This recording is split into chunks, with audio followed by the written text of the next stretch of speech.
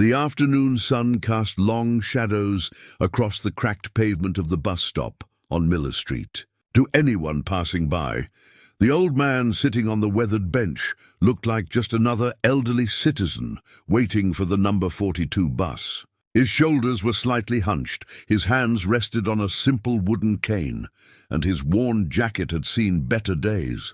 Nobody would look twice. Nobody would guess that beneath that unassuming exterior lived a legend.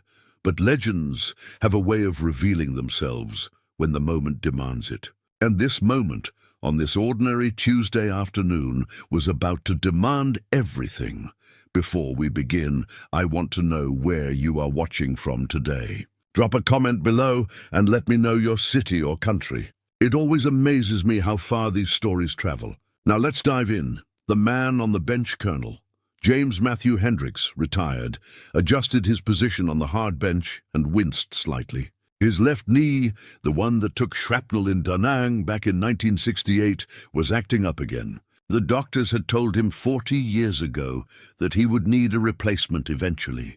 Eventually had become now, but the surgery was scheduled for next month, and until then he managed with the cane and a stubborn refusal to complain. At 85 years old, James looked every bit his age. His face was a road map of deep lines, carved by decades of sun, wind, and the weight of command.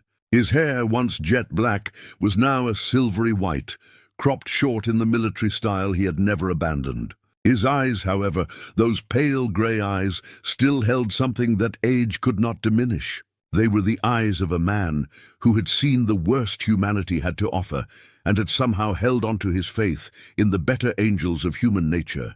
He was dressed simply, a faded blue windbreaker over a white button-down shirt, khaki pants that were clean but worn at the knees, and sturdy walking shoes that had been resoled twice. The only hint of his past was a small pin on his jacket lapel.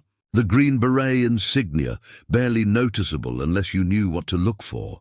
James had moved to this neighborhood 6 months ago, after his wife of 58 years, Margaret, had passed away. The big house in the suburbs had become too quiet, too full of memories that both comforted and haunted him. His daughter, Sarah, had wanted him to move in with her family across the country, but James was not ready to be someone's burden. He was not ready to spend his days watching daytime television and waiting for grandchildren to visit out of obligation. So, he had found this small apartment in the city. Full video link in comment box or description box.